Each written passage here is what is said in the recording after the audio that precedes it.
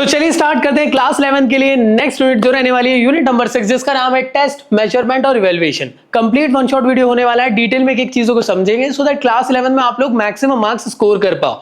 याद रखना, अगर आप लोगों ने इससे पहले के वीडियो लेक्चर्स कवर नहीं करे हो तो उसके लिए आप लोग को प्लेलिस्ट मैंने डिस्क्रिप्शन में दे दिया हूं, जाके चेकआउट करो और वीडियो लेक्चर्स को देखो। अब आप में से कई लोगों का कंफ्यूजन होगा क्या क्या चीजें पढ़ने वाले, ये सभी की सभी चीजों को हम लोग को पढ़ना है, वो भी न्यू सिलेबस के अकॉर्डिंग। अब आप सोच रहे होंगे क्या क्या पढ़ना है, तो ये रहा आप लोग का सिलेबस, इसके अकॉर्डिंग ये सभी चीजों को हम लोग को पढ़ना है, वो भी न्यू सिलेबस के अकॉर्डिंग, और सभी चीजें आप लोग की 26-27 के अकॉर्डिंग होने वाली। तो टेंशन नहीं लेना, सारी चीजें आप लोग की सिलेबस के अकॉर्डिंग ही फॉलो कर रहे हैं। इसमें जो सबसे पहला टॉपिक आप लोग देखने वाले हो वो है टेस्ट क्या होता है, मेजरमेंट क्या होता है, इवैल्यूएशन क्या है। कंप्लीट कॉन्सेप्ट को समझाओ। एग्जामिनेशन में 1 से 2 नंबर में आप लोग को ये क्वेश्चन पूछ लिया जाता है। इसमें जो सबसे पहला टॉपिक आप लोग को पढ़ना है दोस्तों वो है टेस्ट। कि आखिर ये टेस्ट होता क्या है। तो टेस्ट बेसिकली एक किस्म से एग्जामिनेशन है, किसी भी इंडिविजुअल की स्किल, फिटनेस और एबिलिटीज को चेक करने का एक टूल है। हर फील्ड के अंदर टेस्ट बहुत ज्यादा इंपॉर्टेंट रोल प्ले करते हैं। ऐसी स्पोर्ट्स के अंदर भी फिजिकल फिटनेस को मेजर करना है, फ्लेक्सिबिलिटी को मेजर करना है, किसी की स्पीड को मेजर करना है, या एंड्योरेंस पता करना है उस इंसान के अंदर कितना है, इन सभी को पता किया जा सकता है सिर्फ और सिर्फ टेस्ट की मदद से। तो फिजिकल एजुकेशन के अंदर आप लोग ढेर सारे टाइप के टेस्ट देखते हो, लाइक अगर वो सिट एंड रीच टेस्ट हो, या मैं कह सकता हूं हार्वर्ड स्टेप टेस्ट हो, या रॉक पोर्ट 1 माइल टेस्ट हो, या आफार्ड टेस्ट हो। ऐसे ढेर सारे टेस्ट आप लोग को फिजिकल एजुकेशन के अंदर स्पेशली देखने को मिलते हैं। आई होप यहां तक क्लियर हुआ। एक बार एक और वर्ड में समझ लेते हैं टेस्ट होता क्या है। It is a tool that is used to get response to the gain knowledge on skills such as fitness, sports knowledge, या फिर दोस्तों वैल्यूज। मेरे ख्याल से यहां तक क्लियर हो गया होगा। तो सिंपल वे में अगर कोई पूछता है टेस्ट क्या है, तो टेस्ट होता है एक किस्म से एग्जामिनेशन। जैसे आप लोग का एग्जाम होता है वो भी एक किस्म का टेस्ट ही है, जहां पे आप लोगों ने साल भर प्रिपेयर करे। अब कितना अच्छा प्रिपरेशन हुआ है, क्या आप उस लायक बने हो कि नहीं, ये टेस्ट के थ्रू ही पता लगता है। तो ऐसे ही हर एक एथलीट के लिए जब वो ट्रेनिंग करता है, क्या वो ट्रेनिंग करने के बाद भी एक अच्छा स्पोर्ट्स पर्सन बना कि नहीं, वो टेस्ट के थ्रू ही पता चल पाता है। तो क्रिकेट के अंदर आप लोगों ने सुने होंगे यो टेस्ट करके होता है, अगर वो क्वालिफाई करोगे तभी आप इंडिया लेवल के लिए या फिर इंटरनेशनल लेवल के लिए खेल पाते हो। तो टेस्ट बहुत ज्यादा इंपॉर्टेंट है, ये चीज याद रखना। टेस्ट के बाद जो नेक्स्ट टॉपिक आप लोग को निकल के आता है दोस्तों वो है मेजरमेंट। टेस्ट अगर समझ में आया तो मेजरमेंट भी अच्छे से क्लियर हो जाएगा। अब आखिर मेजरमेंट क्या होता है, तो मेजरमेंट बेसिकली एक किस्म से मैं कह सकता हूं टेस्ट के अंदर ही एक प्रोसीजर के फॉर्म में यूज होता है डेटा को कलेक्ट करने के लिए। जैसे मान लो आपका टेस्ट हो रहा है, बीएमआई टेस्ट हो रहा है, बीएमआई टेस्ट में आप लोग को वेट और हाइट मेजर करना रहता है।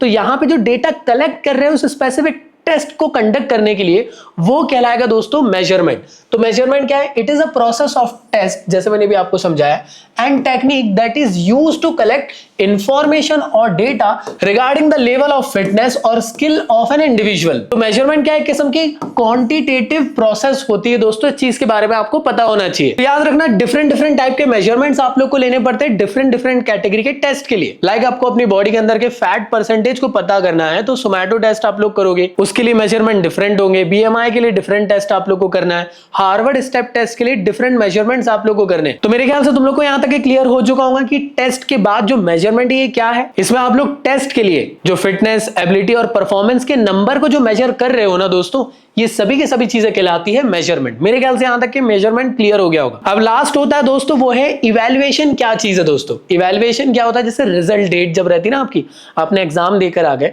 फिर आपका रिजल्ट आता है जहां पे आपको ये पता चलता है कि आपने उस टेस्ट में कितना अच्छा परफॉर्म करे। तो सेम ऐसी दोस्तों स्पोर्ट्स की फील्ड में भी इवैल्यूएशन एक काफी इंपॉर्टेंट टेक्निक है जो एक्चुअल में आइडेंटिफाई करती है कि आप उस टेस्ट के लिए क्वालिफाई हुए कि नहीं। तो इवैल्यूएशन क्या है, बेसिकली एक ऐसी मेथड है जहां पे जो आपने डेटा कलेक्ट किए थे टेस्ट के लिए, उसके बाद उसका क्या रिजल्ट निकल के आया, क्या डिसीजन निकल के आया, क्या ग्रेडिंग आपको मिली है, ये सारी चीजें आप लोग को इवैल्यूएशन के दम पे ही मिल पाती है। तो इवैल्यूएशन एक ऐसी टेक्निक है by which we can identify to what extent the objective of program are being achieved और नॉट। तो सिंपल वे में कहा जाए इवैल्यूएशन क्या है, डिसीजन मेकिंग के लिए बहुत इंपॉर्टेंट रोल प्ले करता है कि भाई आप किस ग्रेडिंग में या किस रैंकिंग में आ रहे हो उस टेस्ट के अकॉर्डिंग। जो भी सिस्टमैटिक डेटा आप लोग को मिला उसके अकॉर्डिंग जो आप लोगों ने इवैल्यूएट करे वही आप लोग का इवैल्यूएशन के अंदर चीजें देखने को मिलती है। अरे जैसे यार टेस्ट हुआ, तुम लोग के अच्छे नंबर आए तो आपको ए ग्रेड मिल गया, अच्छे नहीं आए तो बी मिल गया, बहुत ही बेकार आया तो सी मिल गया। तो ये क्या हुआ है, बेसिकली एक किस्म से इवैल्यूएशन हुआ है ना। तो स्पोर्ट्स की फील्ड हो या फिर पढ़ाई की फील्ड हो, हर चीज में इवैल्यूएशन बहुत इंपॉर्टेंट होता है। इससे बेसिकली आपको ये पता चलता है कि आपका जो ऑब्जेक्टिव था क्या वो अचीव हुआ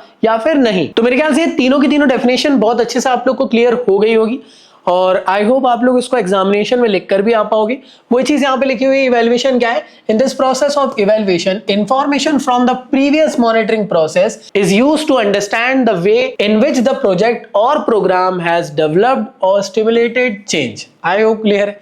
तो ये थोड़ी टेक्निकल डेफिनेशंस हो गई, बाकी जो मैंने आप लोगों को समझाया उसको अपने अकॉर्डिंग भी समझा दोगे तो पूरे नंबर आप लोगों को मिल रहे हैं। एक एग्जांपल से समझ सकते हैं कि टेस्ट, जैसे मान लो एक राहुल नाम का बंदा है, उसको मैंने कहा कि यार 1 मिनट के अंदर जितने पुशअप कर सकते हो करो, तो ये उसका टेस्ट हो गया। मेजरमेंट क्या था? 1 मिनट के अंदर कितने उसने पुशअप्स किया, एग्जांपल के तौर पे 32 पुशअप्स किया, ये उसका मेजरमेंट हो गया। और इवैल्यूएशन क्या हुआ? 1 मिनट के अंदर क्या 32 पुशअप करना अच्छा माना जाता है या बुरा माना जाता है? इसमें जो आपको डिसीजन लेना है दोस्तों, यही आप लोग का इवैल्यूएशन है। तो टेस्ट क्या है, क्या करना है आपको? मेजरमेंट, आपके स्कोर्स क्या आए हैं, और इवैल्यूएशन क्या रिजल्ट निकल के आया उस टेस्ट का, क्या अच्छा रहा या बुरा रहा। तो मेरे ख्याल से तुम लोग को यहां तक की सारी चीजें क्लियर हो गई होगी।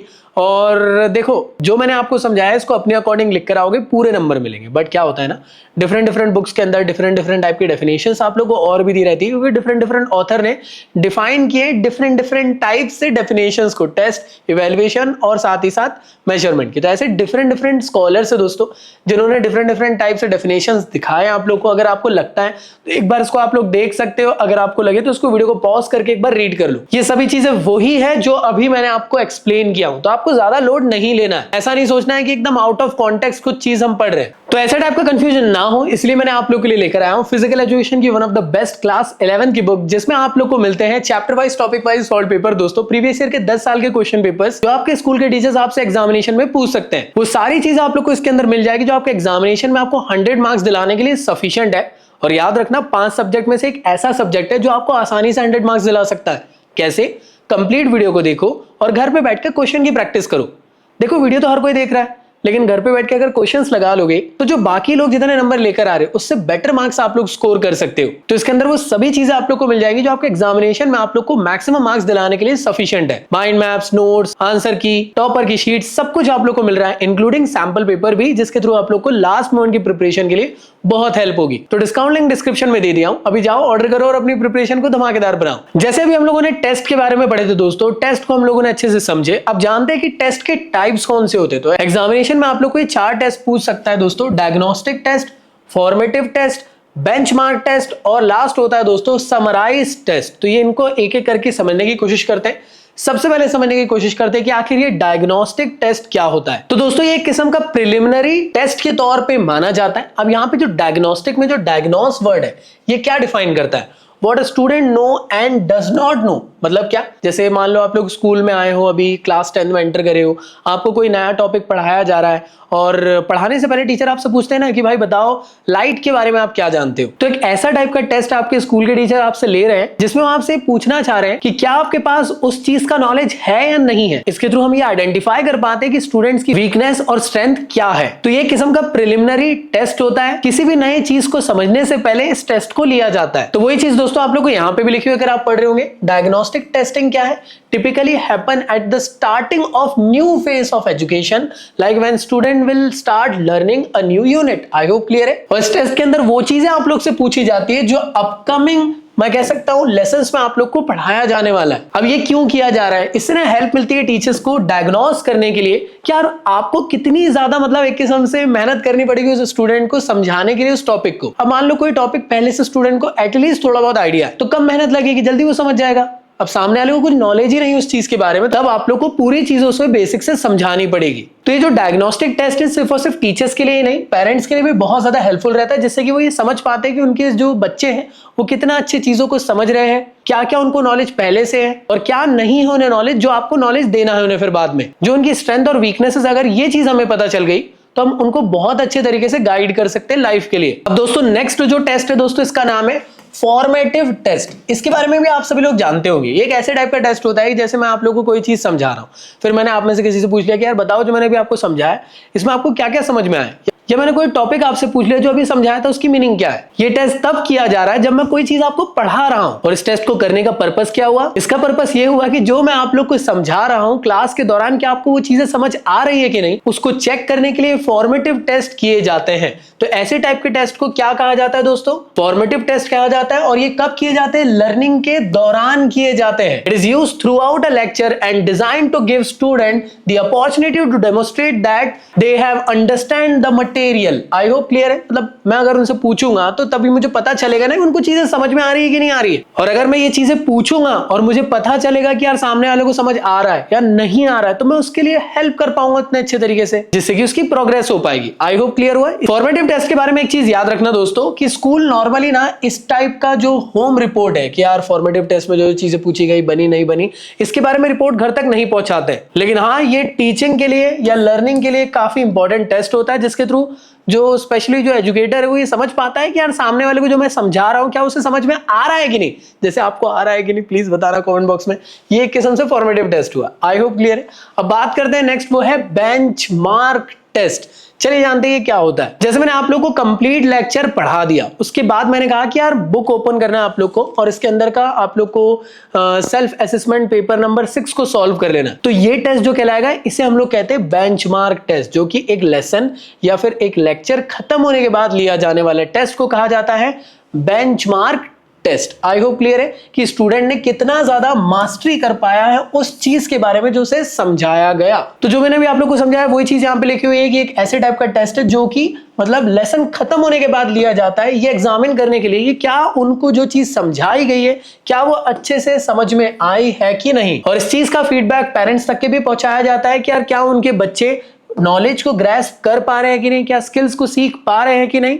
ये बहुत इंपॉर्टेंट रहता है हर एक पेरेंट्स को मतलब जानने का। इसका एक किस्म से यार हकदार है वो लोग भी यार कि जो स्कूल में भेज रहे हैं उनको और वहां पे जो चीजें उनको पढ़ाई जा रही क्या उनके लिए वो हेल्पफुल है कि नहीं। अब ये कैसे पता चलती होंगी? क्लास टेस्ट के थ्रू, यूनिट टेस्ट के थ्रू। आई होप क्लियर हुआ। इसके बाद जो दोस्तों है लास्ट टेस्ट जिसका नाम है समेटिव टेस्ट। आखिर ये होता क्या है? समेटिव टेस्ट में ना कई लोग कंफ्यूज हो जाते हैं। समेटिव टेस्ट का मतलब होता है कि जब पूरा सेशन खत्म हो गया, जैसे क्लास 11 में आप लोगों ने साल भर सारी चीजें पढ़े, उसके बाद लास्ट में जो एक किस्म से टेस्ट होने वाला है जो आपका फाइनल एग्जामिनेशन होता है उसे कहा जाता है समेटिव टेस्ट, जो कि सेशन के एंड में लिए जा रहा है। वो चीज यहां पे भी लिखी हुई है।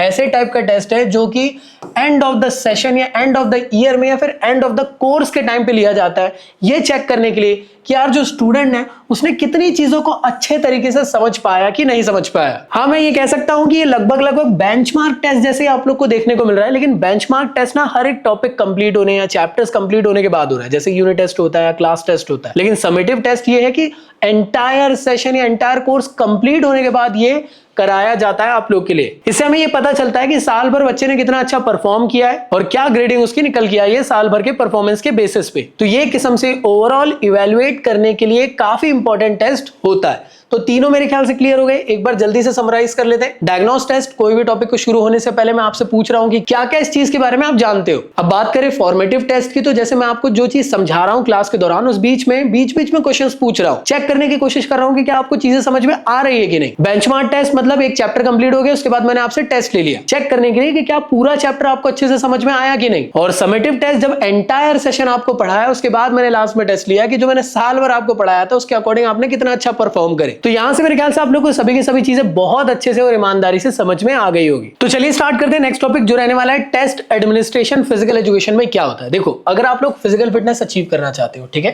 तो उसके लिए आप लोग को डिफरेंट टाइप की नेसेसरी इंफॉर्मेशन की जरूरत तो पड़ेगी, जिसके थ्रू आप लोग एक प्रॉपर फिजिकल फिटनेस प्लान बना सकते हो, प्रोग्राम बना सकते हो, जिसके थ्रू आप लोग को जो भी गोल है उसको आप अचीव आसानी से कर पाओगे। लेकिन उसको अचीव कराने के लिए डिफरेंट टाइप की इंफॉर्मेशन की आपको जरूरत है। अब इस इंफॉर्मेशन को पता कैसे किया जाएगा? टेस्ट की मदद से। तो बेसिकली 5 कंपोनेंट के आप लोग टेस्ट के बारे में बेसिकली पता करते हो, जिसमें डिफरेंट चीजों को हम पता कर सकते हैं कि वो सही है कि नहीं। जैसे हार्ट की हेल्थ अच्छी है कि नहीं, क्या आप लोग का रेस्पिरेशन सही है कि नहीं, मसल्स के अंदर पावर कितनी है, फ्लेक्सिबिलिटी कितनी अच्छी है, एंड्योरेंस लेवल कितना अच्छा है आप लोग के अंदर। ये सभी चीजों को पता करने के लिए हम लोग को डिफरेंट टेस्ट कराने रहते। लेकिन मेनली 5 कंपोनेंट जो आप लोग को इसके अंदर पढ़ना है, उसमें जो सबसे पहला होता है कार्डियोवैस्कुलर एंड्योरेंस, मतलब लंबे वक्त तक के किसी भी एक्सरसाइज को आप लोग कर पा रहे हो कि नहीं, इसकी एबिलिटी को पता करने के लिए हम लोग कार्डियोवैस्कुलर एंड्योरेंस टेस्ट को कंडक्ट करवा। ये बेसिकली ये बताता है कि कितना स्ट्रॉन्ग आप लोग का हार्ट है, कितना हेल्दी लंग्स है आप लोग के, और कितना क्लियर ब्लड का वेसल है जो एक्चुअल में प्रॉपर वे में बॉडी के अंदर एक किस्म से ब्लड को सप्लाई कर पाता है और बॉडी के अंदर प्रॉपर तरीके से ऑक्सीजन का भी सप्लाई मेंटेन हो पाता है। तो मेरे ख्याल से तुम लोग को यहां तक की चीजें क्लियर हो गई होगी। कार्डियोवैस्कुलर एंड्योरेंस ये पता करने के लिए यूज हो रहा है कि कितने लंबे वक्त तक क्या आप एक्टिविटी कर पाओगे कि नहीं, क्या आपके अंदर वो एबिलिटी है कि नहीं, इसको पता करने के लिए किया जा रहा है। In other word, the body ability to keep with the exercises like running, jogging, swimming, cycling, ये सब आप लोग कर पाओगे कि नहीं या कर पा रहे हो कि नहीं, इन सबको पता करने के लिए आप लोग डिफरेंट टाइप के टेस्ट करते हो, लाइक हार्वर्ड स्टेप टेस्ट हो गया, पर्पर टेस्ट हो गया, ऐसे डिफरेंट टाइप के एंड्योरेंस टेस्ट हो गए जिसके थ्रू हम लोग कार्डियोवैस्कुलर एंड्योरेंस को पता कर सकते हैं। आई होप क्लियर हुआ। इसमें जो सबसे ज्यादा फेमस है वो है हार्वर्ड स्टेप टेस्ट, जो कि मेरे ख्याल से ये आप लोग को नहीं मालूम होगा, तो दिखा देता हूं। इस तरीके की एक बेंच होती है दोस्तों, जिसमें आपको चढ़ना है, उतरना है, चढ़ना है, उतरना है, चढ़ना है, उतरना है, चढ़ना है, उतरना है, ये आप लोग को करना रहता है। जब आप रेस्टिंग मोड में आ जाते हो तो फिर उसके बाद आपको 1.5 मिनट में चेक की जाती है आपकी हार्ट बीट, फिर 2.5 मिनट में की जाती है, फिर 3.5 मिनट में की जाती है, फिर एक एवरेज निकाला जाता है फिटनेस इंडेक्स के फॉर्मूले से। तब हमें ये पता चलता है कि आपकी कार्डियोवैस्कुलर फिटनेस कितनी अच्छी है कि नहीं, ये पता चल पाता है इस टेस्ट के मदद से। सिंपल वे में कहूं तो एंड्योरेंस भी इसके थ्रू आप लोग कैलकुलेट कर पाते हो। इसके बाद जो आपको पढ़ना है वो है मस्कुलर स्ट्रेंथ। मस्कुलर स्ट्रेंथ क्या हुआ है कि कितना पावर आपकी मसल लगा पा रही है, मतलब क्या,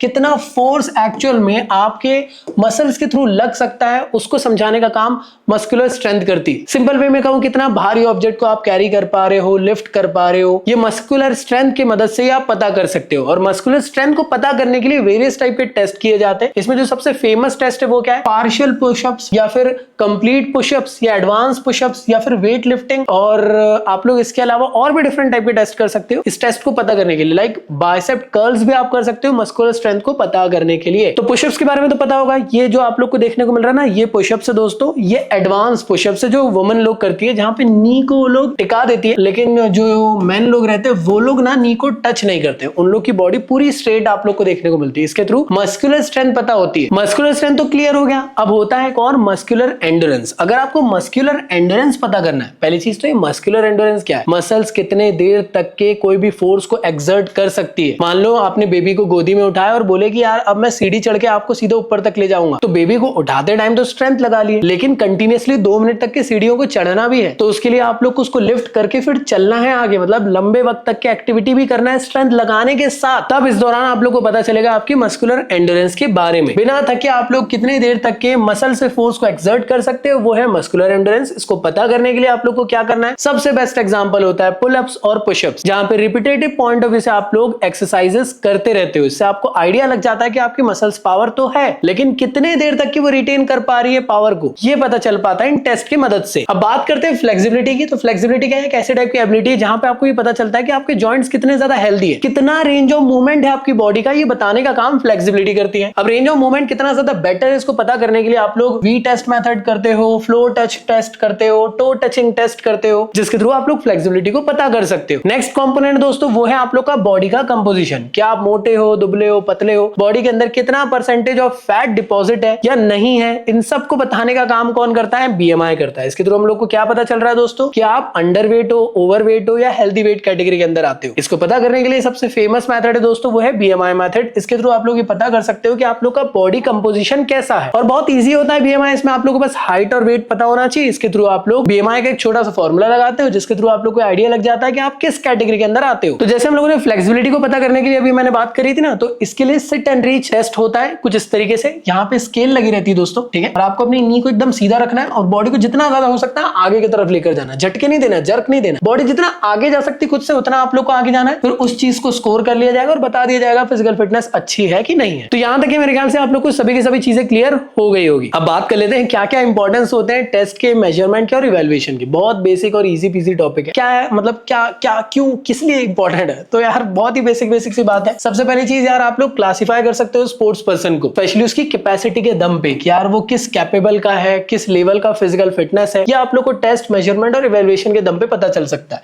इसके अलावा स्पोर्ट्स पर्सन को सिलेक्ट करने के लिए भी ये बहुत ज्यादा इंपॉर्टेंट रोल प्ले करता है। जिसका भी इवैल्यूएशन रिजल्ट अच्छा आएगा, हम ये मानेंगे कि वो स्पोर्ट्स पर्सन अच्छा है, उसे हम लोग सिलेक्ट कर सकते हैं टीम इंडिया के लिए, जिससे कि यार वो बहुत अच्छा परफॉर्मेंस दिखाएगा नेशनल लेवल पे, इंटरनेशनल लेवल पे। साथ में दोस्तों ट्रेनिंग में भी बहुत ज्यादा हेल्प करता है, स्पेशली कोचेस को ये पता करने के लिए कि जो उनने साल भर ट्रेनिंग दी है या जो हर मोमेंट में वो ट्रेनिंग दे रहे हैं उससे कितने अच्छे रिजल्ट्स निकल के आ रहे हैं। अगर नहीं आ रहे तो उस पर वापस से काम किया जा सकता है, जिससे उसको और बेटर बनाया जा सकता है। तो ये ट्रेनिंग के लिए भी बहुत हेल्पफुल है। इसके अलावा ट्रेनिंग प्रोग्राम को कस्टमाइज करने के लिए भी बहुत ज्यादा हेल्पफुल है, कि भाई कहां पे आपकी वीकनेसेस है, कहां पे आप ज्यादा स्ट्रांग हो, किन चीजों को इंप्रूव करना चाहिए। एक प्रॉपर ट्रेनिंग शेड्यूल बनाने में भी हेल्प करता है। साथ में स्पोर्ट्स पर्सन को मोटिवेट करने में भी बहुत ज्यादा हेल्प करता है। किस वे में, कि अगर आप लोग का इवैल्यूएशन रिजल्ट बहुत अच्छा आएगा तो आप मोटिवेट हो जाओगे ना, कि यार आपने इतने खतरनाक टेस्ट को पार कर लिए, इसका मतलब आपने इतनी मेहनत किए होंगे तभी जाके वो टेस्ट के रिजल्ट्स अच्छे आए, और आप भी मोटिवेट होंगे, जिससे आप नेक्स्ट टूर्नामेंट के लिए अपने आप को अच्छे से प्रिपेयर कर पाओ। कई लोगों का कुछ ना कुछ गोल होता है कि यार मेरे को अपनी स्ट्रेंथ को बढ़ाना है, तो इसके लिए भी टेस्ट बहुत ज्यादा हेल्प करेगा। अगर उनने साल भर अपने आप को अच्छे से ट्रेन करे, रिजल्ट अच्छा आया, तो कहीं ना कहीं जो उनके ऑब्जेक्टिव्स थे वो यहाँ पे अचीव हो गए ना, इस चीज की खुशी तो उन्हें होगी। साथ में दोस्तों ये तीनों चीजें एक्चुअल में स्पोर्ट्स पर्सन की स्टडी करने में भी बहुत ज्यादा हेल्प करेगी कि उसके सोशल, इमोशनल्स और साथ ही साथ न्यूरो मस्कुलर कोऑर्डिनेशन किस तरीके से बेटर हो पा रहे हैं इन टेस्ट के थ्रू। और जो भी टेस्ट, मेजरमेंट और इवैल्यूएशन आप लोग करोगे, इसके थ्रू आप लोग ये प्रेडिक्ट भी कर सकते हो कि यार कितना अच्छा परफॉर्मेंस वो स्पोर्ट्स पर्सन दे सकता है अपनी लाइफ में। सुनते होंगे ना कई बार ऐसा आप लोग को सुनने में आता है कि यार वो प्लेयर जो है वो अच्छा नहीं खेलने लग गया है, उसको टेस्ट वो क्वालिफाई नहीं कर पा रहा है, तो हो सकता है 1-2 साल में वो रिटायर कर जाए। या कई बार आप सुनते हो स्पेशली विराट कोहली के लिए कि यार उसकी फिटनेस लेवल इतनी अच्छी है कि आज के टाइम में भी वो डिफरेंट सारे टाइप के टेस्ट को क्वालिफाई कर लेता है। फिजिकल फिटनेस अच्छी है इस वजह से उसकी। इसका मतलब ये है कि उनका जो फ्यूचर है वो अभी बहुत लंबा जाएगा आगे। और साथ में दोस्तों ये तीनों चीजें एक्चुअल में रिसर्च वर्क के लिए बहुत ज्यादा इंपॉर्टेंट रोल प्ले करती है, ये भी आपको पता होना चाहिए। तो दोस्तों ये थे आप लोग के इंपॉर्टेंस। आप लोग को एग्जामिनेशन में एटलीस्ट 5 लिख कर आना है और आप लोग लिख लोगे, मुझे पूरी उम्मीद है आप लोग से। चलो मैं आप लोग को एक क्लास वर्क देता हूं, 2 इंपॉर्टेंस बताओ इन तीनों के कमेंट बॉक्स में। जल्दी बढ़ते हैं नेक्स्ट टॉपिक की तरफ दोस्तों, जहां पे हम लोग को पढ़ना है कि कैसे हम लोग बीएमआई को कैलकुलेट कर सकते हैं, वेस्ट हिप रेशियो को कर सकते हैं, स्किन फोल्ड मेजरमेंट को कर सकते हैं, जो कि 3 साइड का लिया जाता है। इसमें सबसे पहले हम लोग जानते हैं बीएमआई क्या होता है। बीएमआई मतलब बॉडी मास इंडेक्स। इसके थ्रू पता क्या होता है,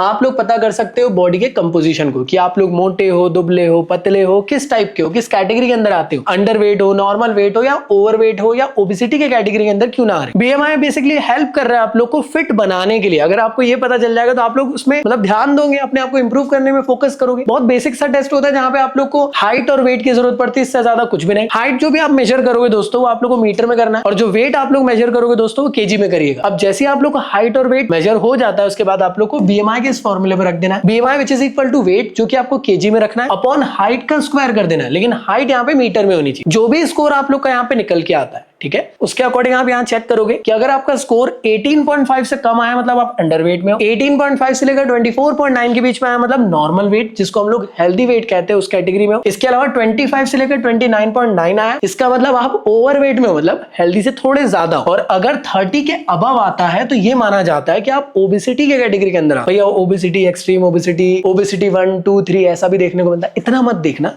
बस 30 के अबव ओबेसिटी लिख देना, खत्म कहानी। तो चलो अब कमेंट बॉक्स में आप लोग कैलकुलेट करके बताओ खुद का बीएमआई कि कितना आता है आप लोग का बीएमआई। जल्दी जल्दी आप लोग की हाइट और वेट को कैलकुलेट करो, आपकी हाइट और वेट को यहाँ पे रखो, बीएमआई के थ्रू कैलकुलेट करो और मुझे बताओ कि आप किस कैटेगरी के अंदर लाए करते हो। कमेंट बॉक्स में जल्दी से आंसर आप लोग का आना चाहिए और जल्दी बताइए आप किस कैटेगरी के अंदर हो। तो बीएमआई तो मेरे ख्याल से क्लियर हो गया। अब बात करते हैं वेस्ट टू हिप रेशियो। इस टेस्ट के थ्रू आप लोग ये पता कर पाते हो कि बॉडी के किस हिस्से में फैट डिपॉजिट ज्यादा हो गया है, और ये जो फैट डिपॉजिट हुआ है इसकी वजह से आपकी हेल्थ में क्या रिस्क आ रहा है। ऐसा माना जाता है कि अगर इसका जो रेशियो की वैल्यू निकल के आती है, अगर ये हायर लेवल पे आ रही है, इसका मतलब है कि आपको हार्ट डिसीज हो सकती है और आगे जाके डायबिटीज जैसा प्रॉब्लम फेस करना पड़ सकता है। तो इसके थ्रू क्या पता चल रहा है, डिस्ट्रीब्यूशन ऑफ बॉडी फैट, और हम आइडेंटिफाई कर दे कौन कौन सी लाइफस्टाइल डिसीज आपको हो सकती है इसके वजह से। किसके वजह से, हाई फैट की वजह से। अब इसको करने के लिए हमें करना क्या पड़ता है भाई, तो हमें एक फॉर्मूले की जरूरत है, वो है WHR का फॉर्मूला, मतलब वेस्ट टू हिप रेशियो। ये होता क्या है, आपको वेस्ट का सरकमफरेंस मेजर करना है, डिवाइड कर देना है हिप के सरकमफरेंस से। सरकमफरेंस मतलब क्या होता है, मतलब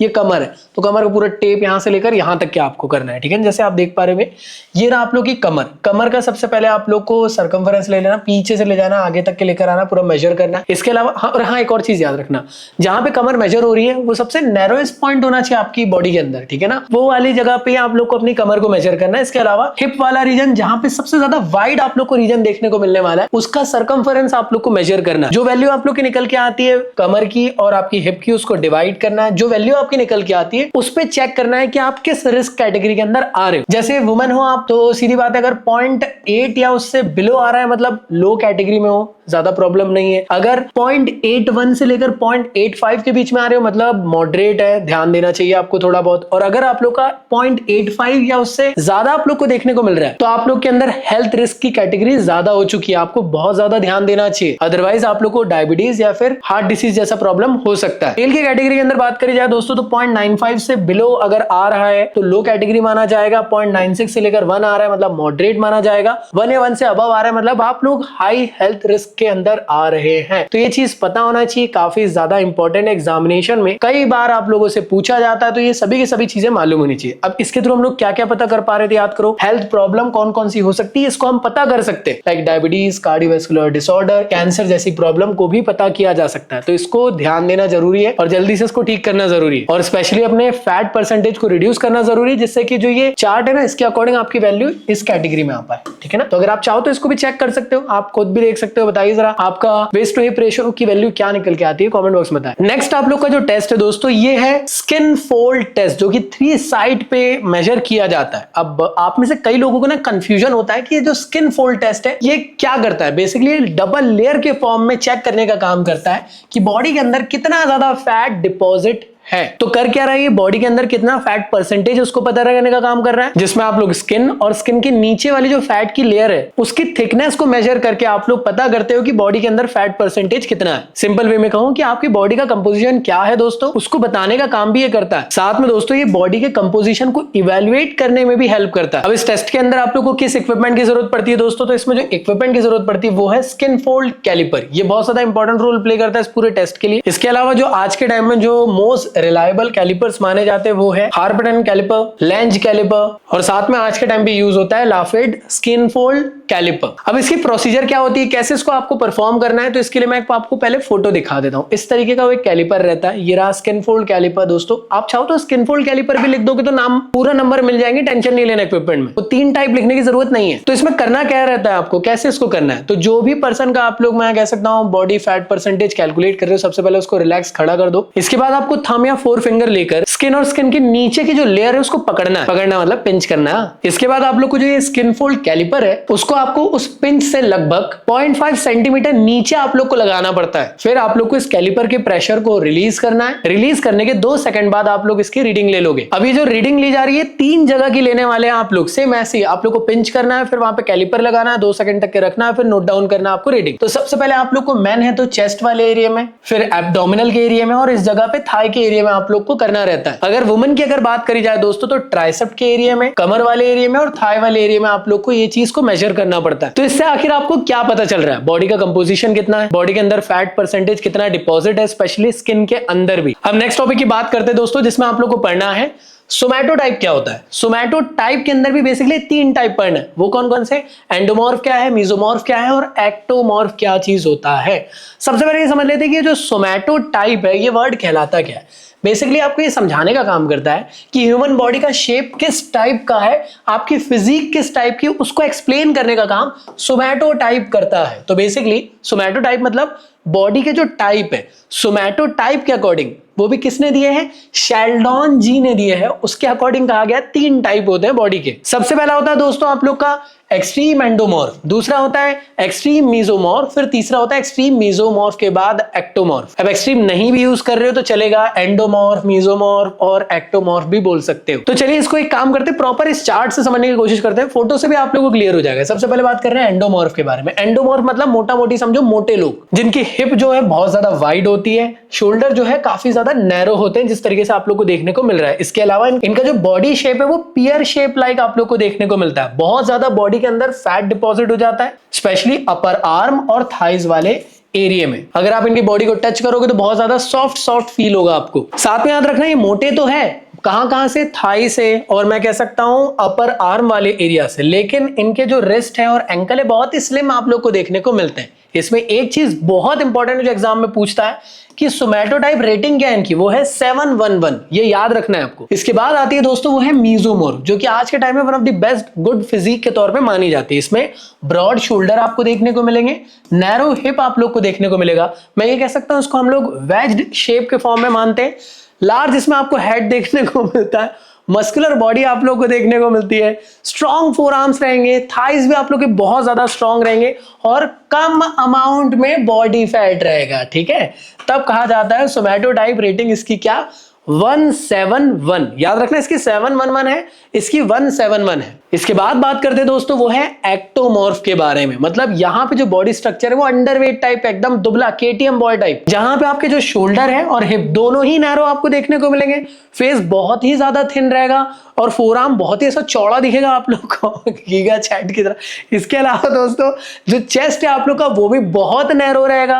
एब्डोमिनल भी बहुत ज्यादा थिन आप लोग को देखने को मिलने वाला है। और ऐसे टाइप के लड़के अपने आप को सोचते हैं कि उनके एब्स आ गए, एक्चुअल में कुपोषित वाले एब्स रहते हैं, क्योंकि वो खा नहीं रहे इसलिए उनके एब्स दिख रहे हैं। और साथ में एक्टोमॉर्फ के अंदर याद रखना मसल्स भी बहुत कम रहती है और फैट परसेंटेज तो ना के बराबर रहता है। सोमैटोटाइप रेटिंग क्या है?